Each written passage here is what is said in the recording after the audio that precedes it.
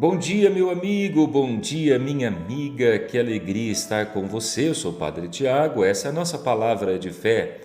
Meditaremos hoje com Mateus, capítulo 1, dos versículos 18 a 24, quinta-feira, terceira semana do tempo do Advento, dia 18 de dezembro. Meu Deus, já estamos pertinho do Natal. A origem de Jesus Cristo foi assim: Maria, sua mãe, estava prometida em casamento a José e antes de viverem juntos, ela ficou grávida pela ação do Espírito Santo.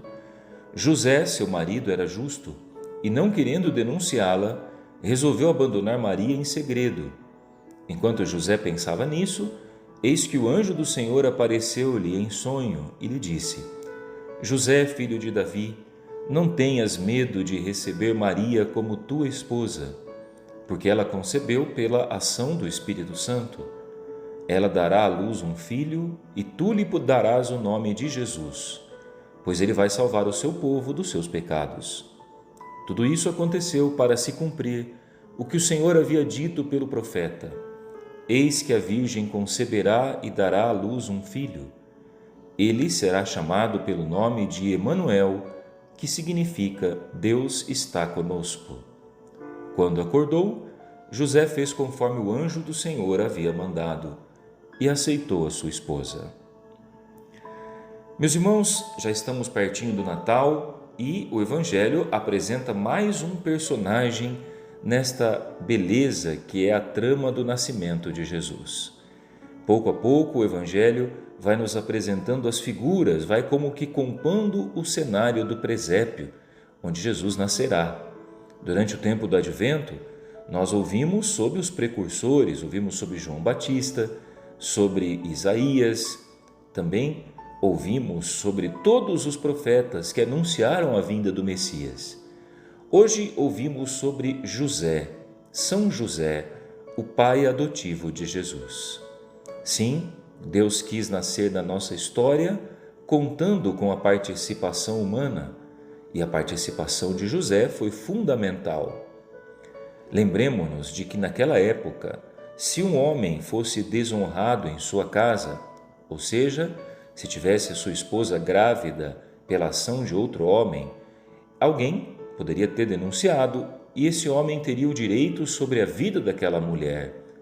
Ele poderia entregá-la e ela seria condenada.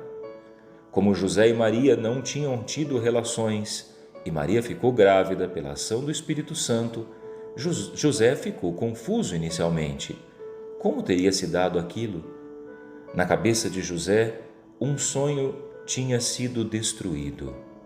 O sonho de ser pai, de formar uma família, pois ele tinha acreditado que a lei dos homens, que a vontade da lei dos homens seria maior do que tudo aquilo que ele tinha planejado. Num único momento, parecia que todos os sonhos de José tinham sido destruídos. Mais do que isso, pela lei ele teria que entregar Maria. Ele não queria fazer isso com ela, pois a amava. Mas, se fosse seguir à risca a lei e a determinação dos homens, ele deveria entregar a sua noiva. Pois bem, Deus sempre tem um sonho novo quando os homens sonham o contrário. Deus sempre restitui os sonhos quando os homens tentam destruir aquilo que Deus plantou. Isso também aconteceu com José. Ele teve uma outra noite de sonho e ali o anjo lhe ensinou a verdadeira notícia, o grande propósito, aquilo que Deus queria com tudo aquilo. E assim ele entendeu que o filho que nasceria não era obra de mãos humanas, mas a própria ação do Espírito Santo. José então teve a grande decisão a ser tomada: acreditar no sonho dos homens ou no sonho de Deus. Acreditar naquilo que os homens falaram, naquilo que a lei pregava, ou acreditar naquilo que só a vontade de Deus poderia realizar. José decidiu o caminho certo. Acreditou nas palavras do anjo. Acreditou que Deus tinha o melhor. Deixou para trás aquilo que os homens diziam e seguiu a vontade de Deus na sua vida. Mais do que isso, entendeu que aquele menino seria Emanuel, Deus conosco, e assim fez com que a profecia fosse cumprida.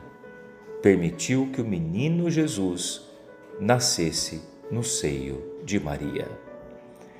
Na nossa vida, meus irmãos e minhas irmãs, nós crescemos na santidade quando ouvimos mais a vontade de Deus do que as palavras dos homens. Quando acreditamos mais no sonho de Deus do que os sonhos que os homens enfiaram em você. Às vezes, os sonhos dos homens parecem pesadelos para nós, e é nessa hora que devemos entender que só Deus pode sonhar os melhores sonhos para a nossa vida. Nesse tempo de Natal que se aproxima, lembre-se disso. Deus tem os melhores sonhos para você.